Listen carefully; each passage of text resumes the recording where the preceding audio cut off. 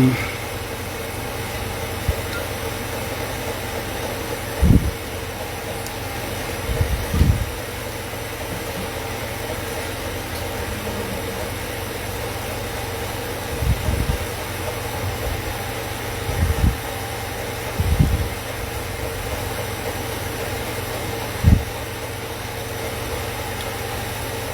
gonna phone now. They're gonna phone now.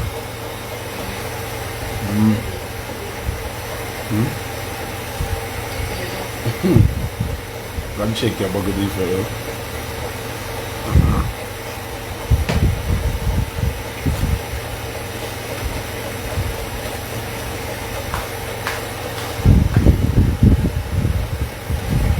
Why is it made you? I'm not from. Oh, this is still visible. Mana, Adama for.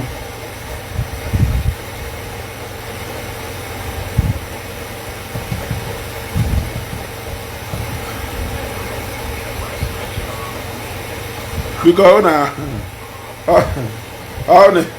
how they join all.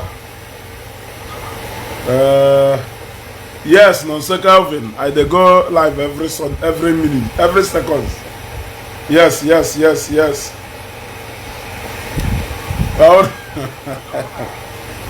Now they join no me back. Wow, beto makana share button. That go. Kawa beto makana share button. Hey, onye talo.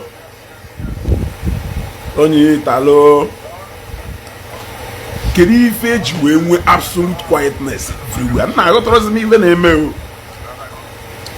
Oh no, when you got a different name, young one. Even in to see about to see boiling. About to see boiling.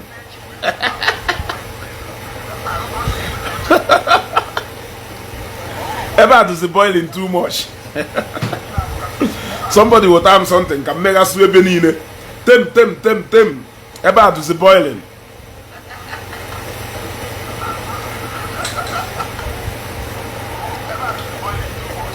Forget social media hyping.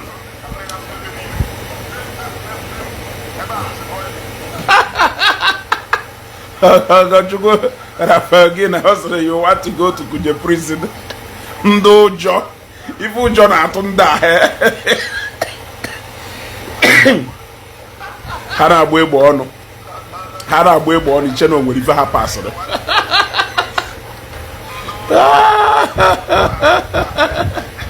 Hara agba egbe ọnụ iche na onwere ife ha pasịrị.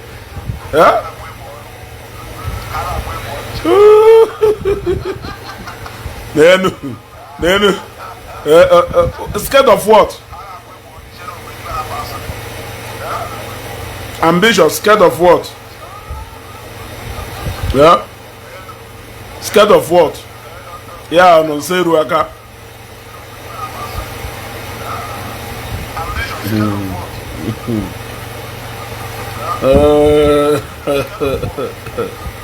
The Pope Emmanuel, why don't you know my friend may save now? Who is my friend? Hey, what I go? Who is my friend? I say now. Yeah? Asị na oyimu na maka agwa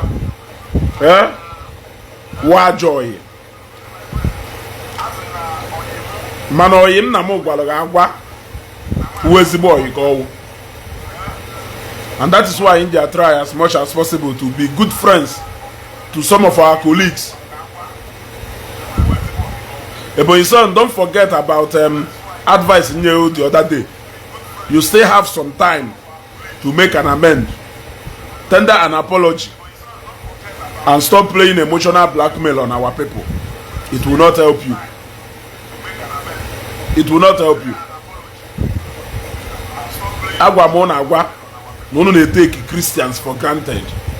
Agwa mona agwa, no they take people for granted. Unana bakasiono kita Facebook had go quiet. Look at broadcast Igbo name. Very calm. Very calm, very calm. I've never seen Guru Ezigbo comport himself in the manner or carry way now this broadcast on him. You want to go? You are coming here to come and interpret na Ijele who on remand the car remand in a custody. Who told you that we don't know? Do you think that we are so daft that na ya no na on remand the car remand in a custody? We know. We know. My own is not even about Ijele. My own is that it will send a signal. It will send a strong signal to some of these our brothers. Onye italo esina my okay onwe nke nji o okay ewe niwe o okay onwere phone nji n'aka so na-ekwu okwu the phone na-ekwu okwu. You want to go? It will send a strong signal to some of our brothers.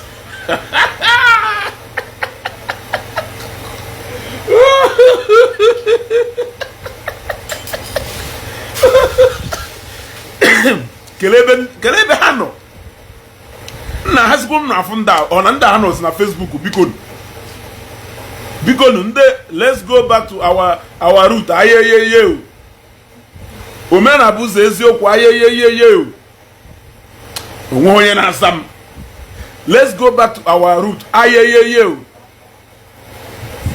Omenala bụ eziokwu. Ayeyeye na mmadụ nọzikwa n'una. Mmadụ nọzikwa n'una.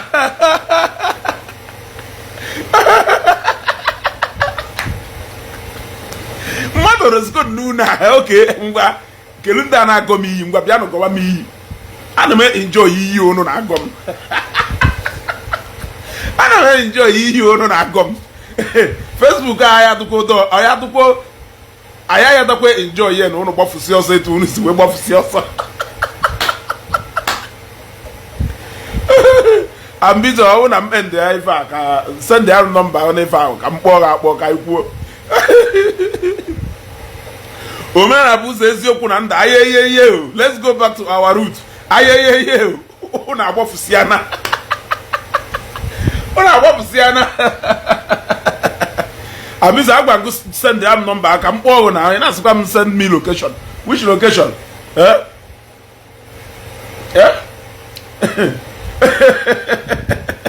Kele bunu no. Unu ezufusiana kita. Unu ezufusiana. Azira etihoti shida kona oka kona we ala oya data ego.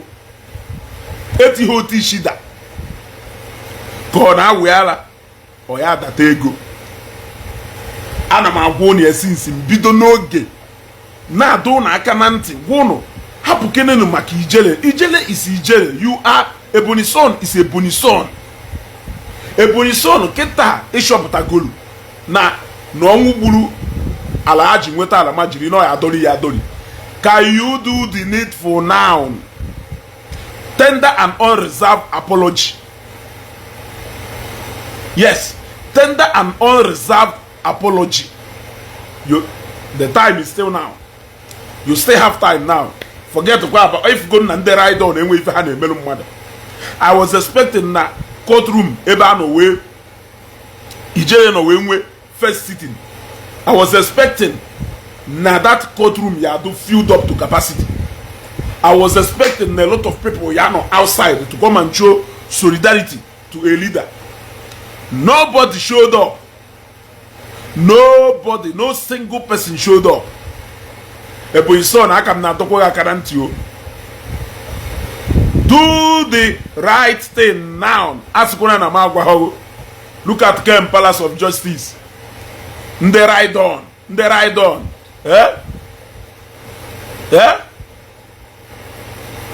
Ndị ride on. Look at Kem Palace of Justice. Ndị ride on. Kele ebe unu nọ. Today, Ken Abago ha forget to go about Ken. Ha channel kwa Ijele na emelo onwe different program here. Yeah? Ezugo, please explain to us why Ebony son is now calling Ako. My brother go to tight. Owulu na ife na-eme n'ụwa na onye inedola anya were aba mba awụ mmụ ịnụzie na onwere ife melum ihe enwe everything ịnụ na onwere ife melum ọ na ihe enwe everything you will have everything. I keep advising them. Odoka ya say I keep advising them. Odoka ya say, so now can they begin to tell themselves the truth? I'm forgetting. Eziokwu ya agwa utagofona. Eziokwu ya agwa emekaricha mmadu eziokwu gwala onye ahụ before onye ahụ enwe problem. Nya eziokwu ya agwa karicha onye ahụ. Look at ka esi we enwe absolute quietness everywhere. Eh? Omenala bụ eziokwu ayeyeye. Omenala bụ eziokwu ayeyeye.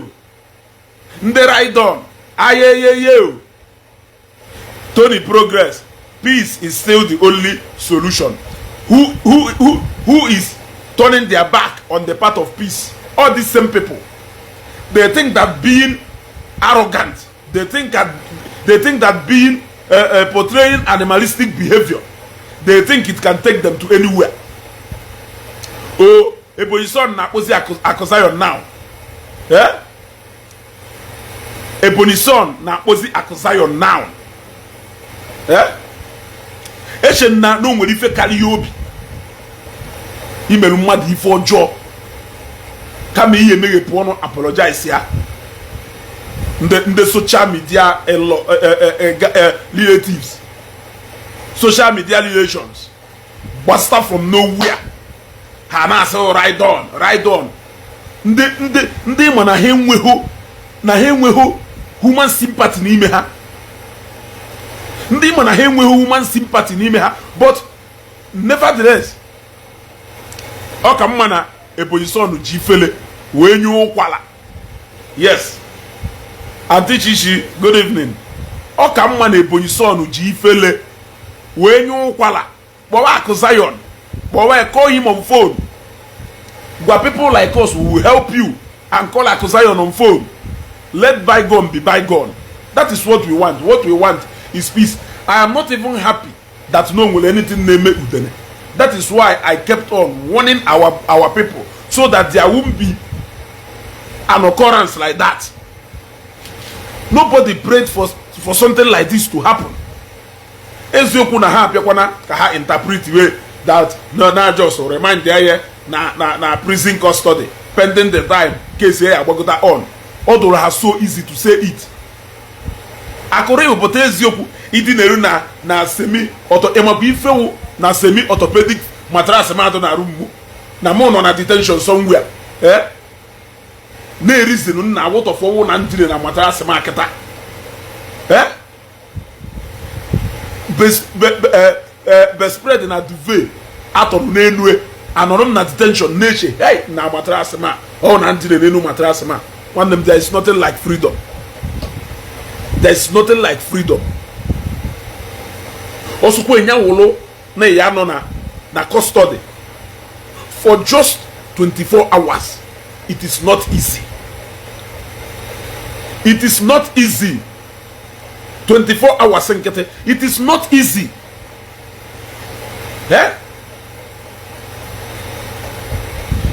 Even deformation of character and that is mad. They say blah blah blah blah blah blah blah.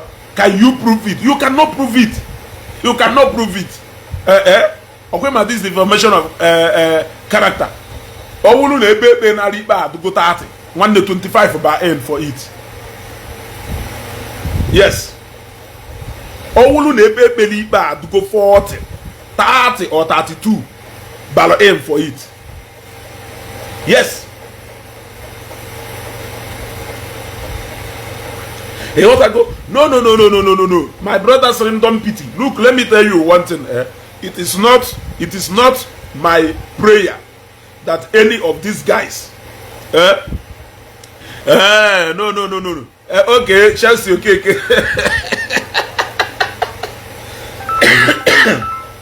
You never know that one in fact. Yeah? It is not my Iji number one. Matagodi ada kampo ye o. Obro, I don't happy that Nama watch any of these guys are not in a position like this. But the problem will be ha do so mean. Nah, I keep on coming to see upon the phone and I make busy call onya I cannot afford now.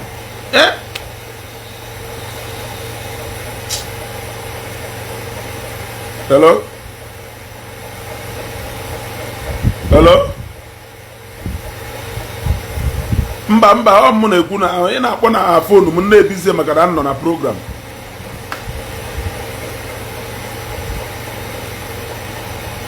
Okay.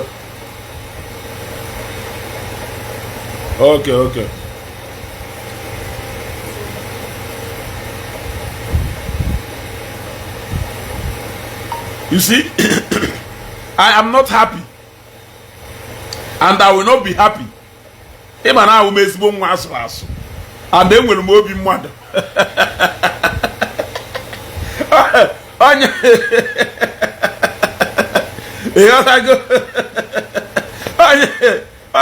Onya batalo njiwe na ayoho go na onya bata njiwe na ayoho go na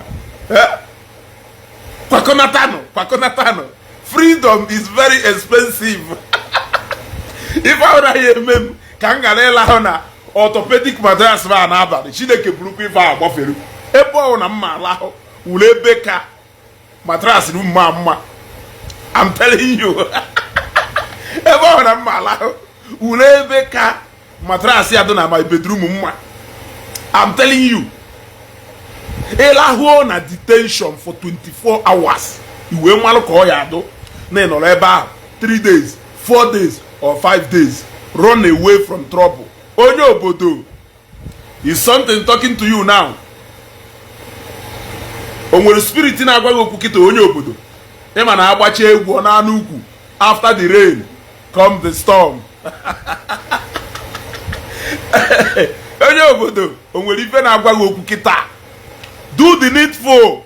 Onye obodo pick up your phone and call Ogechi Okeke Njaka maka ife Ọnịcha gwala obosi.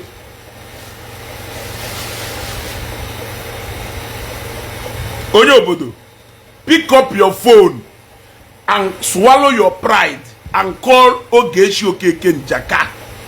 Oburu ni imeghe what happened yesterday and today is inevitable n'ebe ino. Onye na-ekwu so una Jesus no dey fight una enemies again. Eshe na ya go this Eshe na ya go this level since now. Onye na-ajụ so na Jesus no dey fight una enemy again. Aya ga na this level since now. Aya ga bera this level. Una na doshi ya da aya so. E ka so kwa na level ndị na-ajụ where do we go from here when we have already arrived at where we are going. I have go this level since I have wagono. Now we are now ready to take up our battle by ourselves. I colonial no gene kunu wegota. Enyere unu privilege since. Kama no na ya manage that privilege enyere unu abuse ya abuse. Based on no abuse that privilege. Can you force unu shock emon? I use the language ono ya understand. Only from video melo bosia. Vida melo bosia asi monye ma yola ta isi.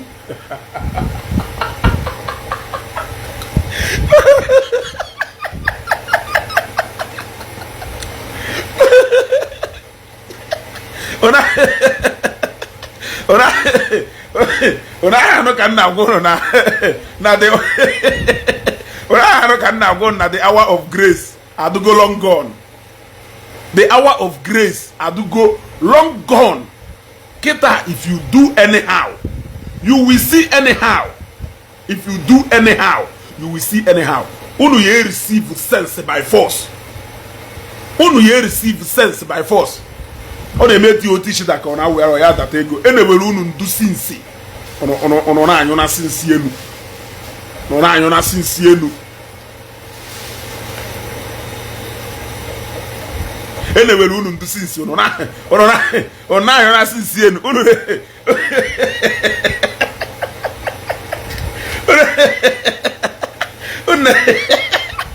take you for granted. Meanwhile, where you phone she? Where you phone she? Okay, she told you about the granite. Okwe kugonya.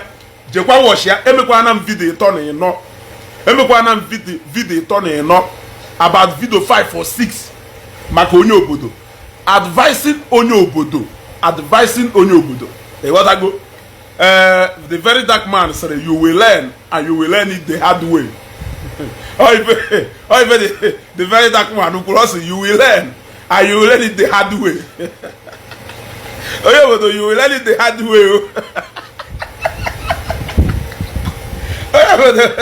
If there were 20 million naira, you make case no Buddha. Never Obodo say to a Davis Kagono.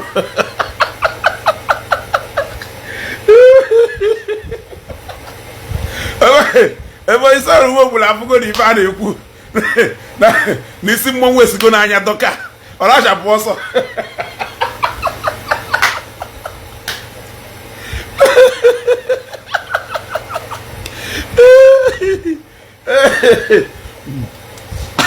I could read to myself. That's the wife from why I walk was. That's the wife from why I walk very cruise sharon.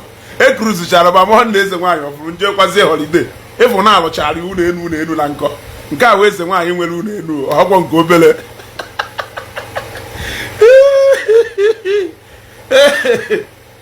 She like Umunaya, na Pabis Bamu. I'm not going on a mediocre, the left waka. Born on a man, a book madisi.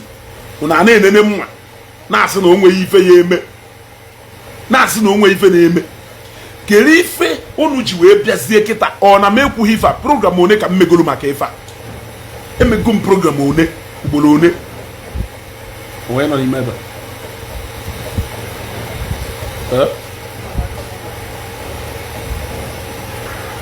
Madonna ko aka ko na chobi me yode nte.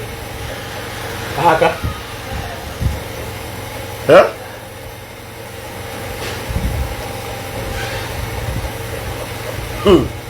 We gotta go.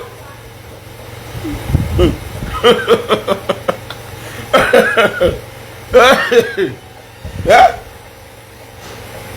It will not take you anything to do the right thing. It will not take you anything to do the right thing. Correct the verb? Okay. It will not take you anything to do the right thing. And it is not too late to do the right thing. I don't shock to that now. I force him to not be here because though oh mother ya me here ba acho monye ya me na abania ke ka mesi eme program ebe emego program ebe almost 20 minutes onwo bo onye kpolu me I like okom that you know acho kon ki we me ba o yeah iwe ye we ko me ba o that if from good evening sir you were welcome eba mmadu kponu mi yi na why na mmadu ya kpo mi yi yeah na ne godo nwo bogwe choro ikpo mi yi o yeah onye choro igo mi yi na nda na agu yi ebe ko no no una anakpusie all by this time una wona ife na kpula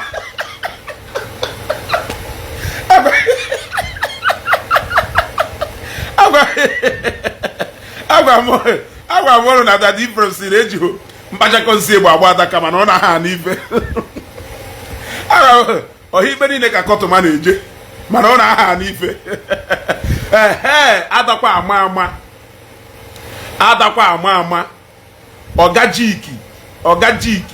ogajiki gboro le ka mkpologo ugboro ito ama nno onwelu nde ya agwago Wilfred da alụmana ịkpọtaghị iyi a ka ndị asị akpọ ya na onwe ka ndị asị aga n'isi iyi a wee kpọọ ya wee tụ iyi ha na-ebu ebu nya ha gụọ m iyi etu a ọ na-achaji m etu a nke ịgọrọ m ị na-ehu m aka n'isi wee gọọ m iyi a ị na-ehu m aka n'isi wee dọọ m oke o nwere onye sị na m enweghị aka ọrụ kịta mmadụ na-egwago nkịta ji echi ife mma alụ ana m eme program 3 minutes mmadụ ewesị m na m enweghị aka ọrụ m ji echi ife nna alụ ọgajiki akpọkwakwa nga ọzọ o nwekwuru ndị ya asịghị na onwe ife ya eme o nwekwu ndị ya asịghị na onwe ife ya eme ọgwọ niile na-ebido mmerụ agwakwo ngo na Dadi Ifrem ahụ wee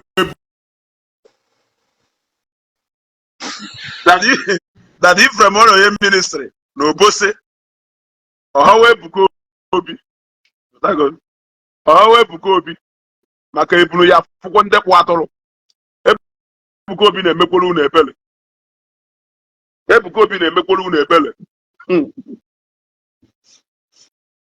Ebuka Obi na-emekwara unu ebele ya wasị na m enye notisi n'oge enyere ngo notisi n'oge maka oge aka ya awụ mba ike ọnụchi ike ibe onye kpọrọ onwe ka a ya akpọ ya ịghọtago ịkpọgodo onwe ochiaman ya akpọ ochiaman igbo onweghị eze ego anyị etu oghe eze ego anyị Chineke ụdị sanity enwe na Facebook kịta awụ ụdị sanity enwere mgbe emerụ that GO arrest. But the problem is that they can never learn. They are waiting for somebody now to lead them so that they can all jump out again. So that they can all jump. No, you know, you are a poor man. Okay, you are a poor man. You are a poor man. You are everybody is a poor man, depending on who you compare with.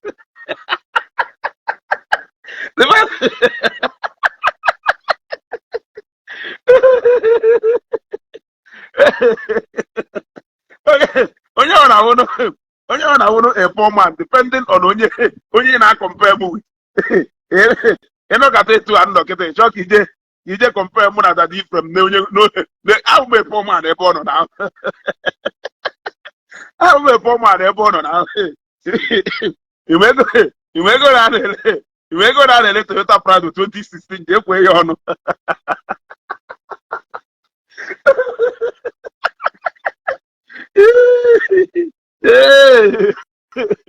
ha agbafusia na disappear ndị ala go and arrest Udele. Chee na previous videos mmelu before yesterday na each video na-eme ha did that comment more than 50. I did that comment more than 50. Today, if I na chemego, hamu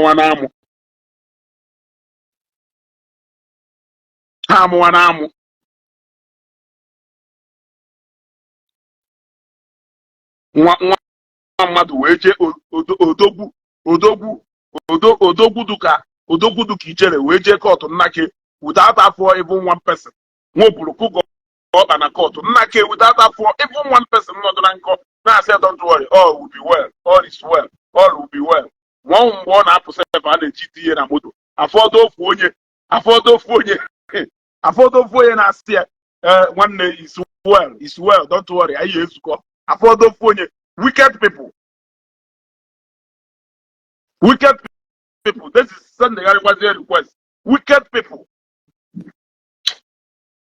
Nwanne gbafeelu okwu na ụka ọsọ na okwu na ụka na mmadụ ahụ ofu. Okwu na ụka na mmadụ ahụ nwanne. Daddy, good evening, sir. Good evening, Ezugo. Azụ na elu na jụrụ oyi. Ịma na onye flọgụ egboro egbo si n'ọgụ na-atọ ka nni.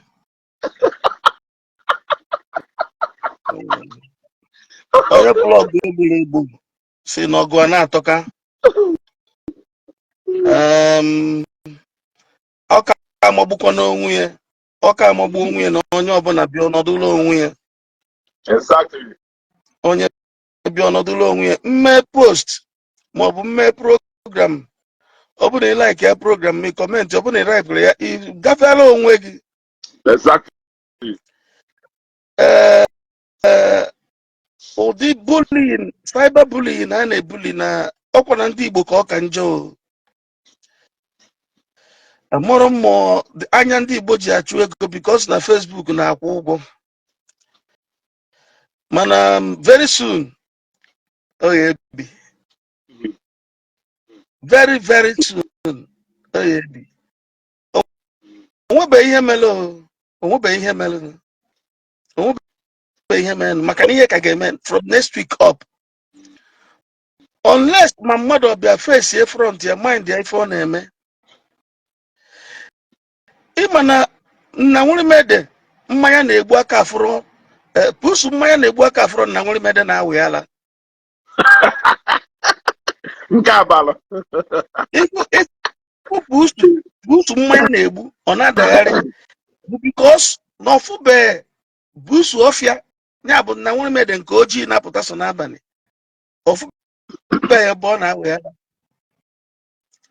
And ụfọdụ na-eche na being Christians bụ anyị debezi ụkwụ anyị enyu anyị nsị n'isi anyị asị gị thank you na anyị bụ Christians anyị na-aga ma anyị aka n'ala iPhone anyị ma anyị ụla anyị n'ọgịdị side ma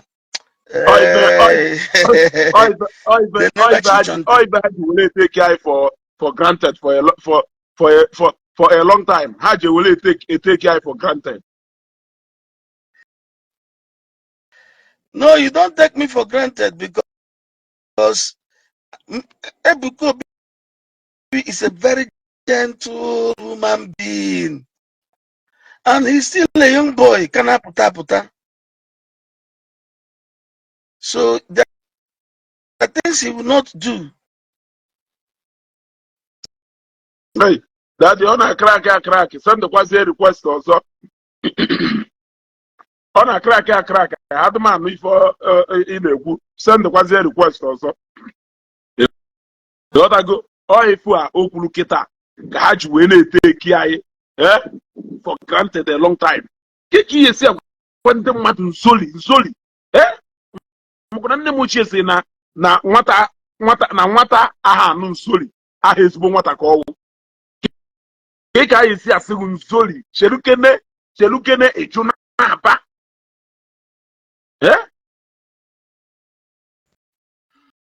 Go on into that. So what I'm saying is they don't even know.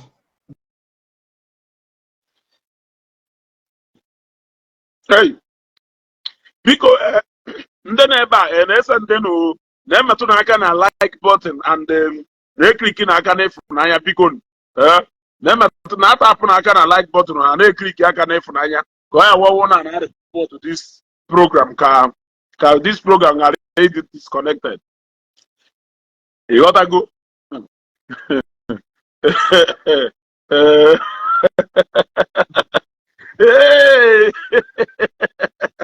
Hey, I'm at a woman abania. Uti quietness from na Facebook. Afubo nya. Owulu na ebony son. Abawana. Akosayon na phone. Good for him. Even si njiwesi good for him wuna. Other go. Even njiwesi good for him. Kelonya tefa herself can block or use. Chelo app can monitor comments also can block where monitor comments also block where off from ever.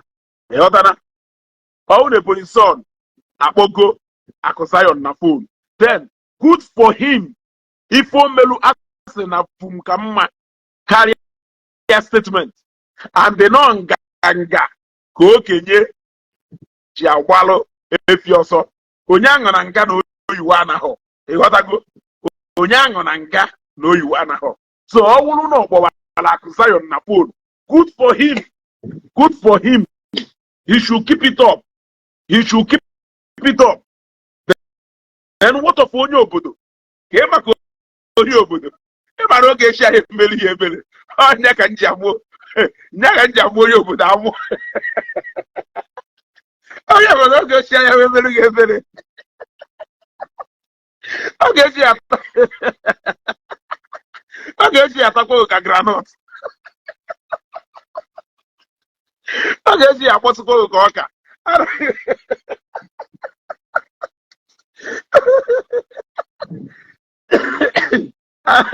And I quick it out. Okay, I said, okay, I will do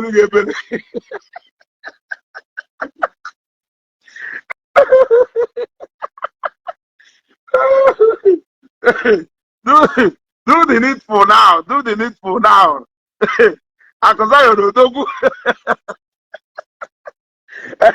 I've got the call, it's too late. And I'm going. This is Sunday. They take people for granted every day. Now you know on Facebook. Ebuko be this. Akozai on this. Onyenka this. Onyenka that. Onyenka this. Onyenka that. And then they won't do. Ụfọdụ n'ime unu do as empty as drawn out by homili. As empty as kom erigoro ife do na etufuo. Then can if make noise? Yeah? Can if make noise? Every man as empty as kom, as empty as drawn. Can if make noise? Can if make noise? Yeah? Can if make noise? Onya ma agota ho ugebelu na mgbawu yeah I no follow self we go o we ruzie where every follow I no follow we go ndị mmadụ na-agba ọsọ na I no follow o we ruzie I follow yeah ndị mmadụ na-agba ọsọ na I no follow o we ruzie na I follow about they got a Latin on Soroketa. The mother I was on I no follow. Or when we say I follow. Yeah.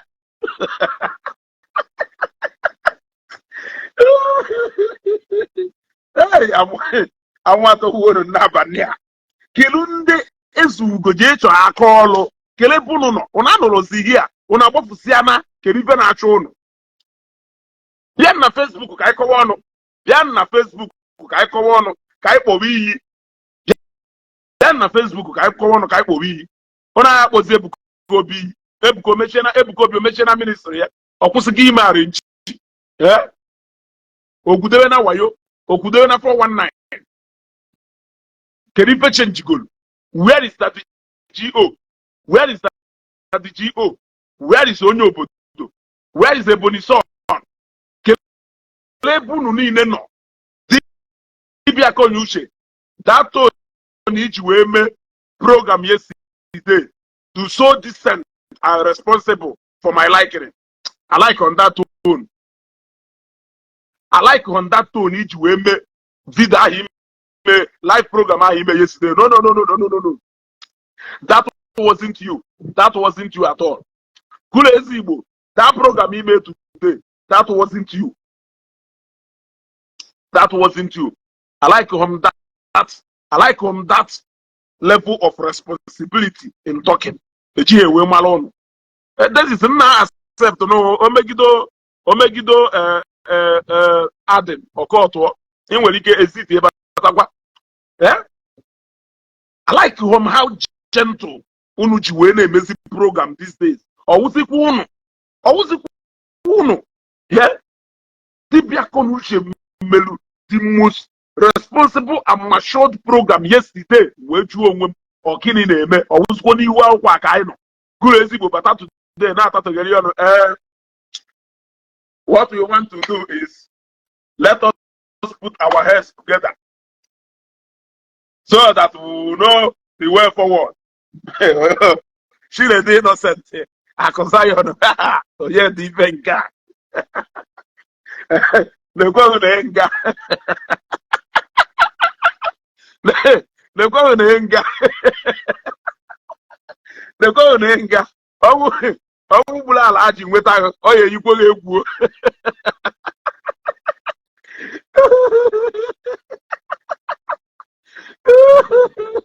enwe problem na elochukwu ezika ọ na ịma ha enwe ezigbo problem na ọ na ịma ha enwe problem mana problem nwere elu bụ nke nọ ekpukpu ụlọ nga ọnya ahụ dị oli wahala dị ebe a problem nke m nwere olubo nọ ekpukpu m ụlọ nga ịghọtago ọnya ahụ wahala dị ebe ahụ kịta onye ọna na-atụsi responsible na ọ na-eme program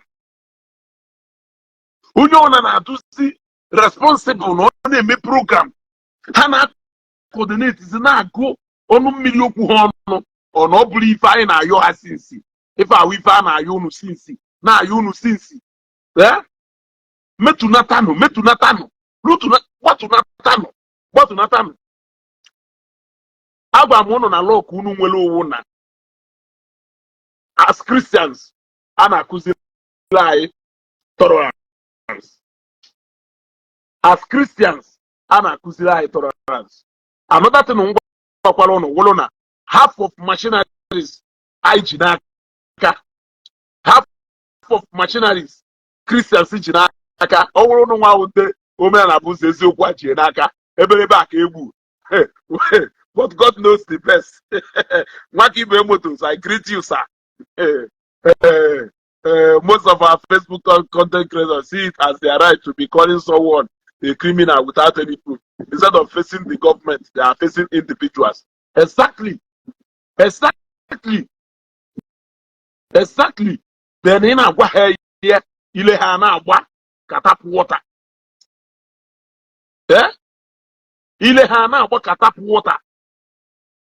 Meanwhile, when you hatch, he disappears one coward, group of cowards. He disappear one into the thing air. He is such a one no uloche, such a no one. It was as we are arrested at the GO. How to sasia when any of them show their face anywhere. Udecha Bushabata, ha, empty drone, nothing, they can't do anything, they can't even contribute even one kobo. They can't contribute even one kobo. They cannot. Onya keji we pota nwanyi umuchu ile ha na agba eti half fundraising agbafusia a whole 5 hours 6 hours kada the GO no na eti mkpu orezimwo even 1 million naira orezimwo even 1 million also mkpoto we had a one guy Idelu one send 7,000. That guy they say, hey, Omenala we don't get people at all. But no send to go 7,000 yet. We don't get people, but no send to go 7,000 yet. How man hey we hope people. Hey we hope people. Hey what I go? Hey more people anywhere and they know. Then why all the noise? Why all the noise? All because of Nahemwo people go Jimmy. Oh, you see her anywhere put her. Her bank na junior. You got to go. Only see her born or put her bank na junior. Yes. Her bank na junior. Now, choke her man higher. He used to way achieve something. God will not disgrace her. And the ebe Chineke na ọkụ ụnọ onwe ife na-aza na abịa na family kịta na Okeke to powerful Okafọ to powerful enwezi Okonkwo to powerful nya na family na-ewe na onye ka wee nwe ngabasị na family ha wu Okeke followed by Okafọ then followed by Okonkwo e shozi ime ife na family ahụ jekwuru that number 1 man ni shozi iyi family ahụ egwu ịma na at least izelu that Okeke with the number 1 strong man ha ijegodo kpọrụ nke obere iwe mmalụgodo ife ya eme mana nke a ịmakwa ife wu na ọkalụgo obi ịmabata na family ahụ jepụrụ Okeke ahụ with their strong tower ijepụrụ Okeke si na mba ya ebe ife a na-eme ha echeta during the time of that GO asego na akwụrụ ụbọchị na ya arrested that GO ebenebe egbuo Akụzayon wee gbuo ebelebe that Sunday morning. Even onye agbachiri ọka tata ọka ya anapụghị. Ha forget to go that guy. They have forgotten that guy. Ha forget to go that guy. A lot of ndị wolunu that guy agbachiri ọka wee mụrụ akọ. Wolunu that guy agbachiri ọka wee mụrụ akọ. Wolunu that guy agbachiri ọka wee mụrụ akọ. And ama na Akụzayon ama nne na ebe a. O nwere another appeal. O nwere another appeal nchọrọ imake this night. Because I think it's high time we start going through the comment sections now. O nwere a lot of people from the comment sections they need to read that ntị. Ịma na ụdị ndị a na-eburu ha ara ya onwe onye ya mgbe ebe ha jebelu. Onwe onye ya ma na ha apụla apụ. Ịghọtago? Ke ndị na-asị na my voice is breaking.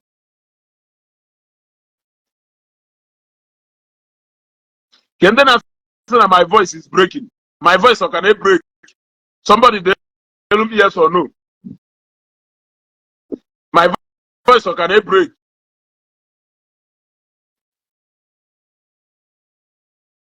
Somebody tell me yes or no. My voice or can it break? Una na nukwo even na-ekwu at all. Doris, my voice or can it break? My voice is very clear now. Mexico TV. Mexico TV.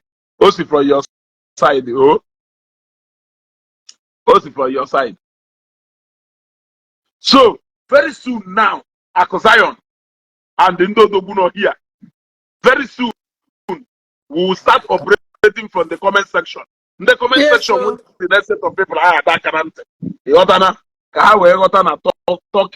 That talk is not cheap. Freedom of speech is guaranteed, but freedom after speech is not guaranteed.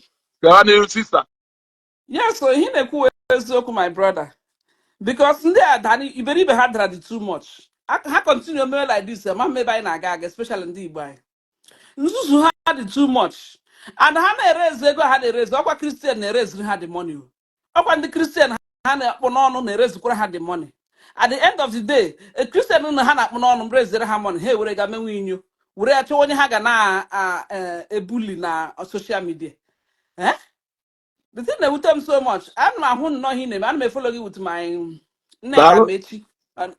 all this wise. So I start following you from my page because he could he name at them manner. In a question, what I is Zoku to the kiss queer. You need him soon or one ya no. It's time to have the truth. Even Bible told us that the only truth can set us free. Because of Hindi Beriba Hane made group Hanine. Among Mahano in group, Nesu here, Hanesu, eh? Hanesu, here, I want Kirkatan, Martin, they rehead. All the too much. I need to coach to her lesson. And my like in Oto gets you when there's how to give that Tia Quaka. Okay, then you haven't got through La Okay. Hey, that okay that my mentor. Every them now what you Hogan, I'm dissatisfied. And the give one too. Go out there like this. Then you have one after the other. Then you hook one after the other. Cameraman tongue and toga not to hide him. Yeah, when that one now loca. Head of that no loca has to know Omenala. Omenala can they define what Omenala is all about? Henry Manuel Omenala. Ha nwere usoro ha ji Omenala. At least mmadụ budo n'ime ihe ọ na-enwe constitution nwee ihe na-guide ha. What is guiding them? Onye m na-eme n'elu onye a na-eme n'ala.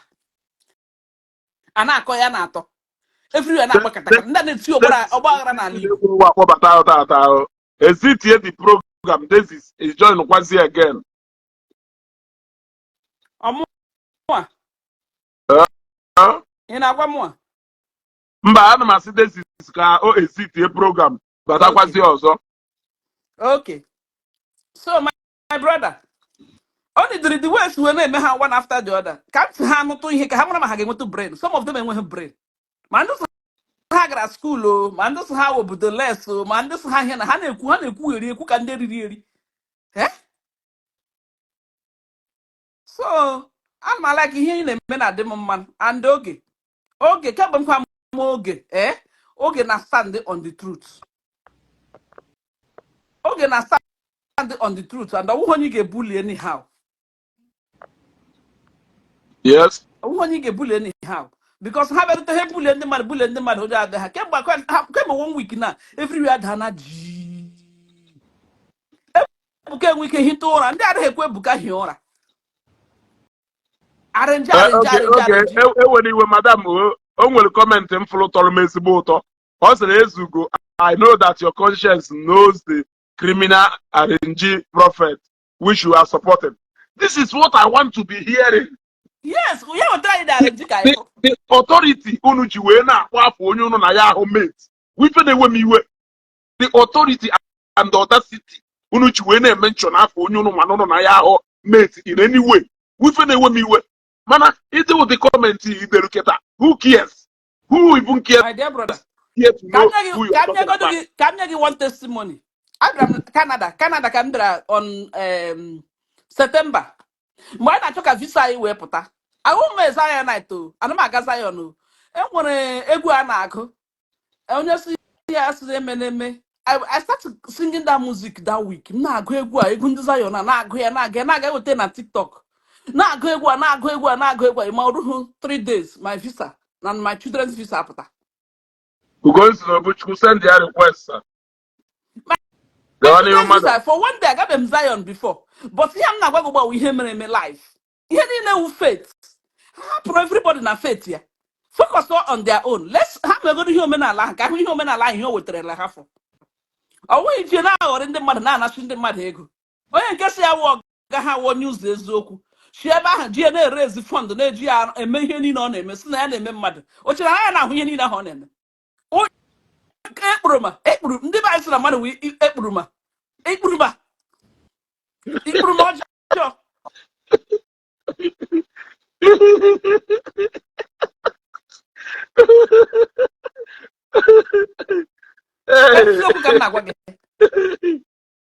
Here basara Christianity with faith. You have faith, you walk or again.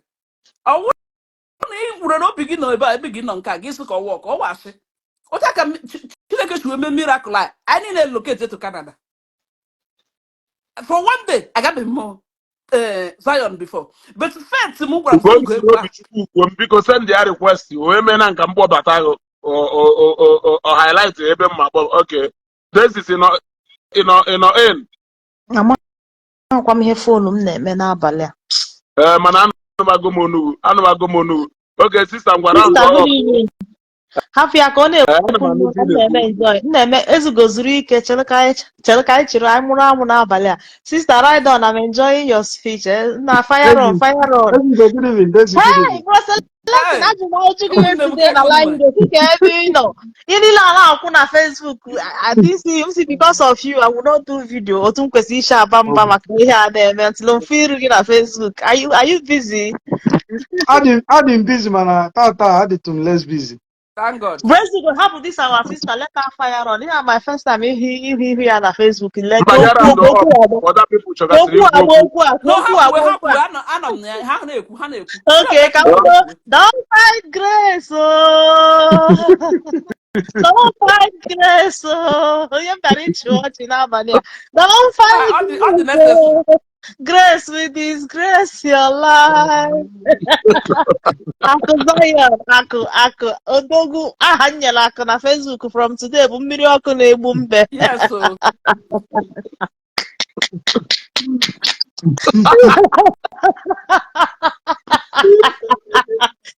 Hey, so chere na-ekeshi nwụrụ Chukwuka ka ọkụkọ chide aka abụọ. So this guy na-aba na Facebook every day. Imagine ha na-enye Okwuluọra insult, Okwuluọra mmadụ degodo petition against Okwuluọra akpụrụ aga force headquarters. You cannot handcuff Okwuluọra like a criminal, a cheap criminal like that. Very correct. He will be invited, questioned. Asogoro na-achọ ideso Okwuluọra amaghị na cell. Enwere ike kpọrọ ya gaa na commissioner's quarters or here na one room there. He will not be humiliated like this. Maka one, on a connection, or bro, no way rich man. On a contact, connection that he will not be allowed. One governor or senator. Credibility apart from that connection, sir. credibility. It's a very simple man. One senator, one House of Assembly member, one rep ga-abịarịrị si mba onye a ga-ehi na my quarters unu atinyela ya na nga. This kind of disgrace will not happen to that young man every day ha na-akpụ n'ọnụ disgrace. The same Ebuka Obi ha na-enwero nsọpụrụ, a boy of 25 years old, because o nwere access to internet with free any ha na-akpọ free mode. Ya bata ọ na-akpọ Ebuka Obi onye oshi na comment section eme video anyhow. Onwezi ihe dịka moral values na ala Igbo. No respect for age. No respect for age. No respect for authority. No respect for constituted authority. Kwa ha na-akpọ mgbe anyị nọ primary school. No respect for clergymen. No respect for leaders. No respect for traditional people. No leaders, rulers na ala Igbo. No rest. Onwere ihe dịka nsọpụrụ n'etiti ndị Igbo again as na na-eme omenala. A small boy can come out and insult anybody anyhow. You see how it's nataka I add a boga allegation. Even boko ma digi bo ma nne gị na nna gị ha na-amaghọ anything about them na Facebook ọ na-ekwu. Na-eti mkpu here all this while every day. Gịnị ka Daisy's Empire men na Facebook? Nancy, people stop cyberbullying. Ibupụta Ebuka Obi nsi no asị ịdịrọ straightforward ị na-eme nke a ihe a ga-asị m go and cancel J Park before ikwu okwu ndị ọzọ. Msị ha afụbe ebe J Park pụta asị mmadụ na iwe criminal. The little na ọ na-eme nweta information about you, he will bring it. ya mee ya announce. Ihe J Park who broadcaster obio broadcaster ya gbakpo inside.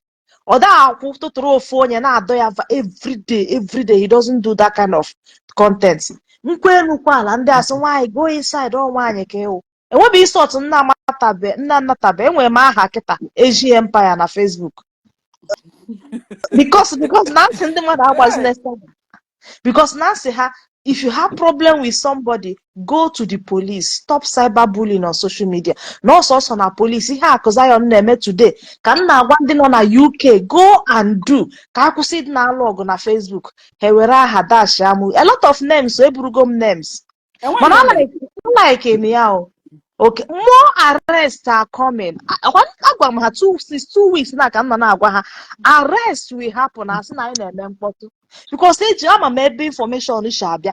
More arrests. Ọsụkwa gị kpọọ Akụzayon is the kind of person who before mee gị ọ ga-echi gị warning. Ọ ga-agwa gị stop meet ị geghezi ntị ọ strike ya. O nwekwa ha na-ayọta ya na biko Akụzayon no dey forgive. Akụzayon is not a born again Christian o. Ka m ngwa ya ụnụ ọfụma. Akụzayon enwere Holy Spirit n'ime ya. Ọ na-aga ụka. Mana ọ bụ born again. My sister. Ka akwụkwọ ya again Akụzayon na-aga Zion.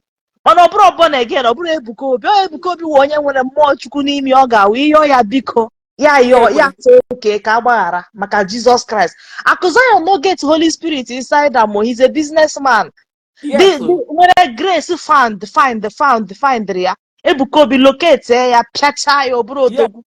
Do you understand? So ị na-eme ihe megide ihe ruo ebe Ebuka Obi nna ya ukwu nọ. He will not forgive you. Unu ada aghọta the relationship. Onwe kata. Nke a Matthias gara before. I'm so happy na ọ gacha abata because Matthias nwere family. Matthias nwere ụmụazị ọ kwesịrị ịzụ azụ n'ọbata. Onye nke enwe repentance. Onye nke a achọghị m ma nwere bụta ọ gaala nke ya bata. Ị hụrụ onye nke a nwụrụ kịta. At least everybody na-ahụ ya asị ofeke. Nwoke na-alụbeghị nwaanyị na ala Igbo ya na-akpọ ya ofeke. Onweghị direction. Otu ezugo nọ kịta na ezugo echizuole. Ọwa ọzọ ofeke. Ịghọtago onye ofeke mana promote na-efulefu. So ezugo na-emegide ihe ọ na-ele anya n'azụ because o nwere nwaanyị ga na-adọlata ya azụ si ya latawa. O megide kịta nwunye ya mmụọ nwa ọ dọbụ wahala. Ọ ga-enwezi limit nsogbu ọ ga na-achọ because he's now a responsible person. Mana ifu nwoke na-enwe nwaanyị ha na ya bi onwe nwa oku asị nwa ya with nwunye ya. He behaves, he talks anyhow. He behaves. Ịmana sị na ọkụkọ chi nwa mara agba ọsọ. That is the thing. kita ka iji inu mee ha mana brezu ndị mmadụ ga na-asụ since ekwesịrị ịdị na-awụ live video steady mana ihe agwụ m ike I don't know why I cannot even talk o ji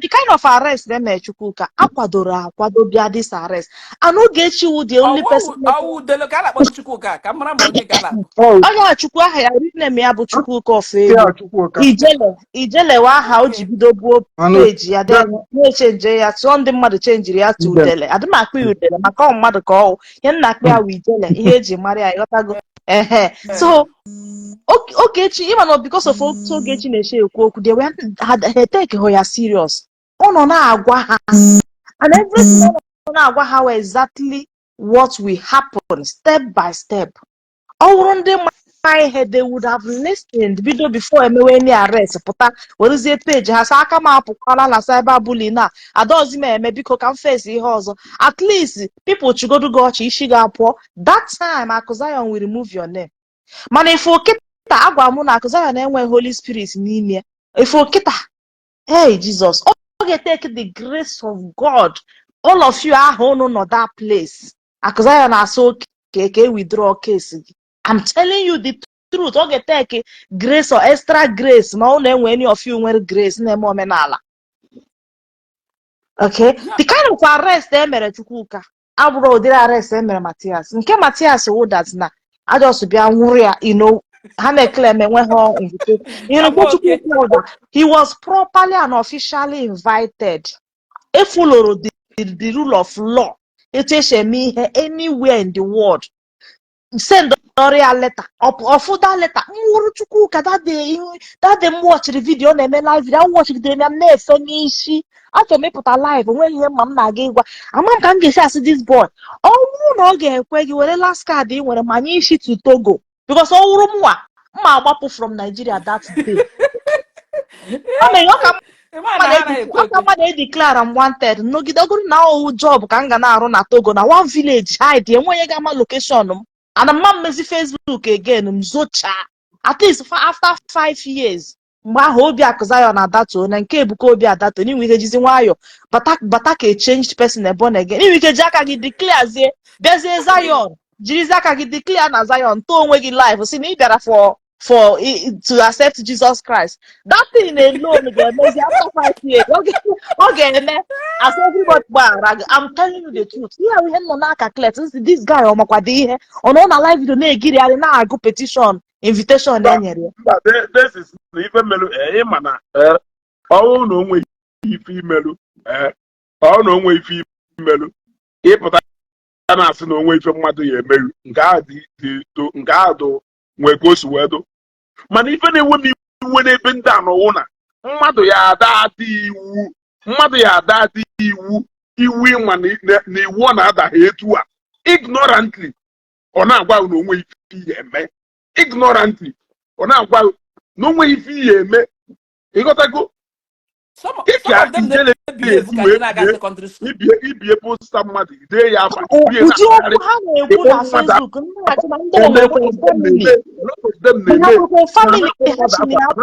criminal. Not all manner of men. Family and friends. No, we have friends and families around them.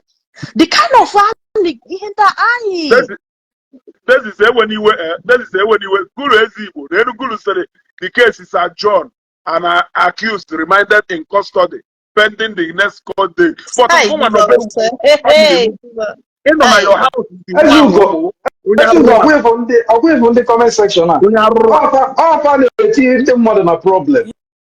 Yes. The comment section. Write down. Nothing they happen. Write down. We are with you. Kita so Ijele na ebe ọ nọ kita o. Ndị write down nọ na squad paper kita. The only people ndị write down ọ gaghị eme tia. Come na comment section kita ka efi ebe na-ede yeli go ụmụ bingo. Efi na-ede yeli ebe ụmụ bingo. Bingo. Onwe ihe nchọ ime before drop or biko onwe somebody si Igosi ụnụ mana enwe ndị na-ada efolo ihe a na-eme ha just bata live video. Achọ nke onye ahụ gee ntị.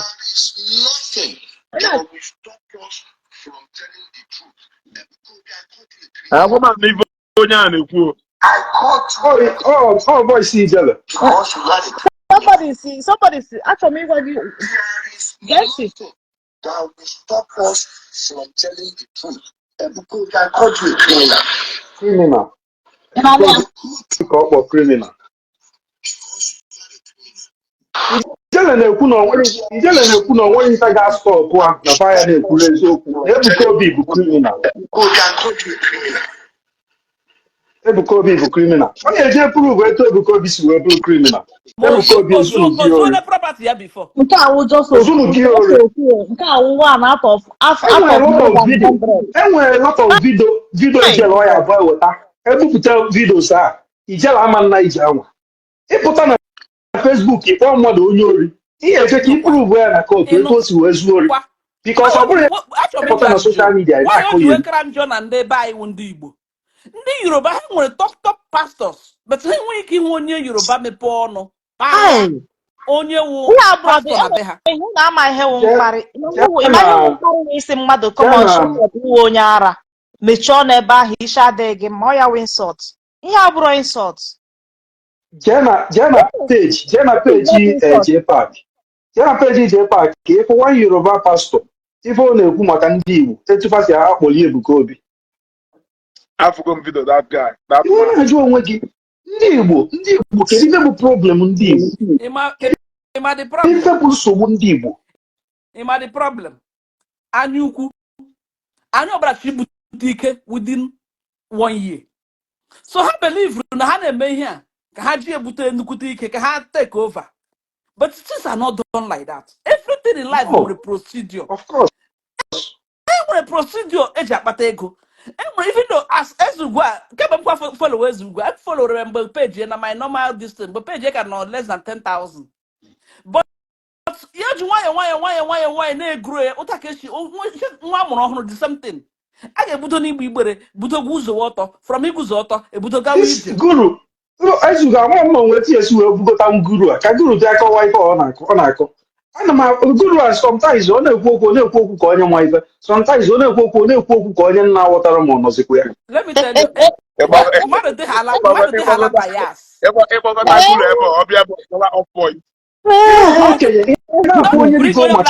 rubbish. And that's good. Good on a fight for this thing.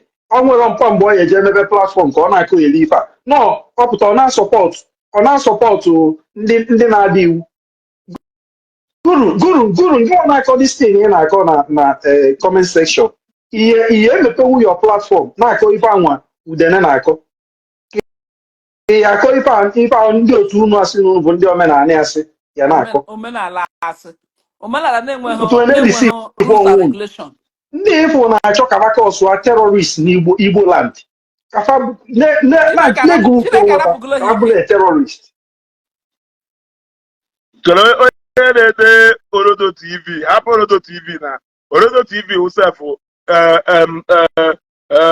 okwuru Ndi Igbo na-eweli ento. Orodo TV had me ekwu okwu Ebuka Obi or anybody na. Orodo TV okwuru Ndi Igbo ka ọ dụrụ enough iwere Orodo TV wụga na nkọ. But anyway, o change go somehow. O change go. Onye change ya agbaghara ya. O change go somehow. Ka ntị ọnụ n'okwu a na-ekwu. Nke mbụ bụ na arrest emeli Ijele eye opener ka ọ bụ because ndị sister nọ n'elu ya drop ka m gbabata onye ọzọ mụa okay well, no problem. All right. Gawa n'iru brother ntị ọnụ na okwu akpụ n'ọnụ because na as far as I'm concerned okwu Ijele bụ okwu akpụ n'ọnụ kịta ịghọtago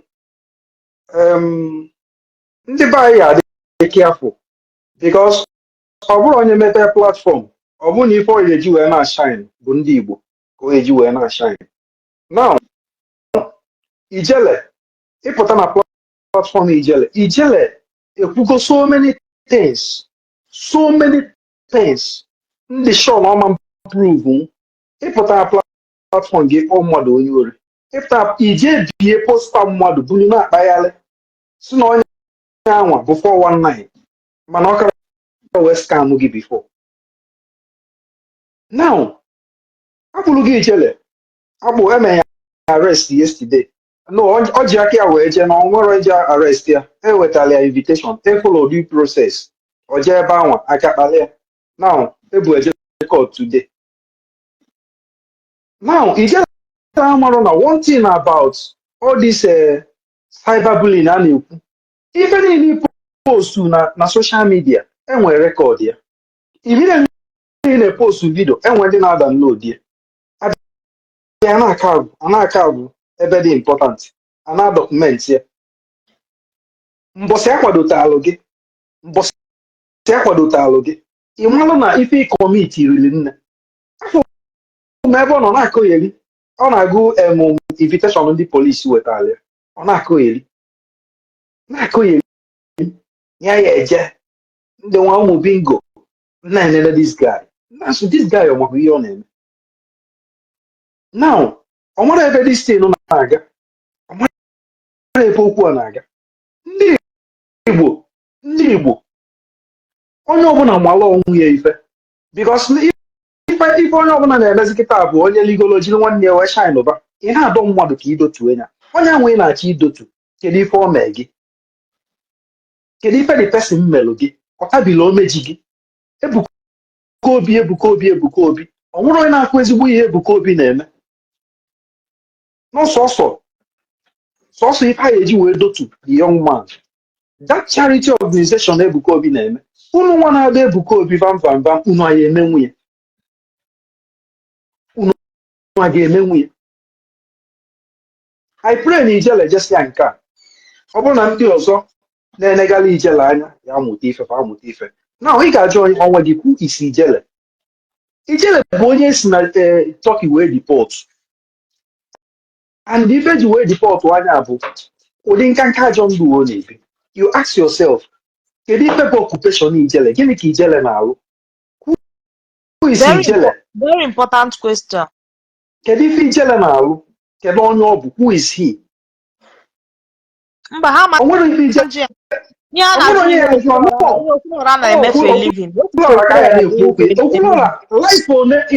life Okwuluora save go? How many life Okwuluora save go? Igbo sọsọ ife ndị Igbo na-achọ bụ ife anyị eji wee na-adọtu mmadụ n'ala. Onye fụ nwanne ya ka ọ na-egro owutebie mana grace gị na ọnya abụrụ ofu. Grace gị na ọnya ama mbọnata ofu. Your own grace dị iche. Grace onye nke a dị iche. Ebuka Obi mesị gwakwa na eziokwu na grace ya disgrace unu. Ejike. Good evening. Good evening. Kepe grace a na-ekwukwa ebe a. What concern grace concern what is at hand? Grace kwa ebe kwa. Ejike so na one of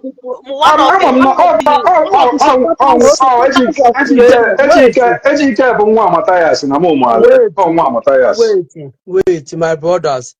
Imago na anyị nwere problem. Ihe a na-ekwu nwere ihe gbasara omenala or Christianity or whatever. It's individual problem. Naanị ị na-ekwu na deport Ijele with from Turkey or whatever na-ajụ ihe ọ na-alụ. As long as ị naghị efe ide mmadụ ka ihe na-ajụli ihe onye ọ na-alụ. It's on a problem because ụdị mmadụ ga-ada agwa ndị mmadụ eziokwu.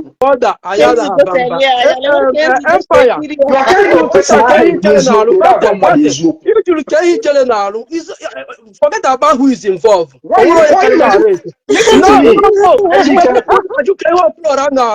Ejike, listen to me. Yeah. Listen to me. Ebuka Obi, anyị niile maara ife ọ na-alụ. Yes. Now, listen to me. Ebuka Obi mụ na gị maara ihe ọ na-alụ.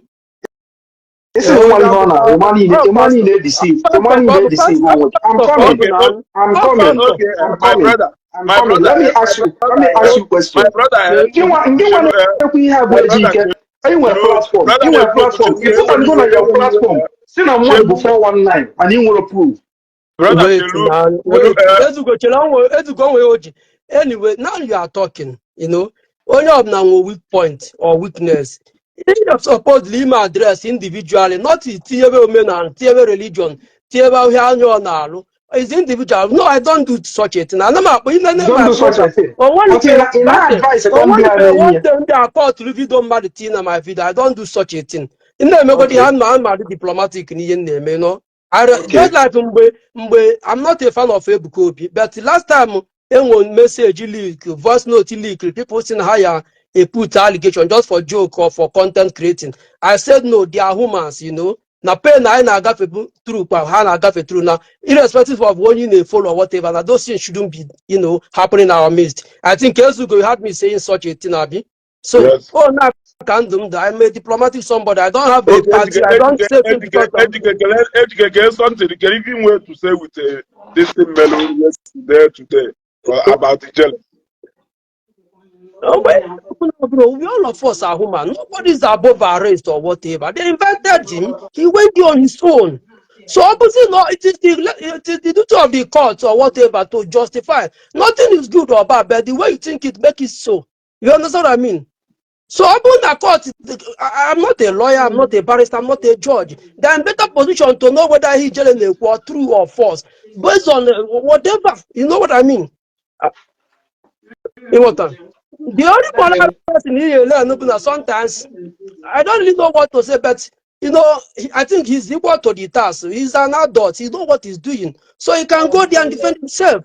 Oh, bro, it's not the But educate that conduct. Obasanjo happened to be in prison. From Educate, prison, Obasanjo become a president. Nelson Mandela. So hello, there's no point. that conduct, Melu, let's say not that conduct on a book or in on a Facebook all along. They follow how Ijele goes about anything concerning the Gobi. He even carried it on his head. He even went even extra mile more than he even went as far as bragging that there is nothing anybody can do to him. People even started relying on him.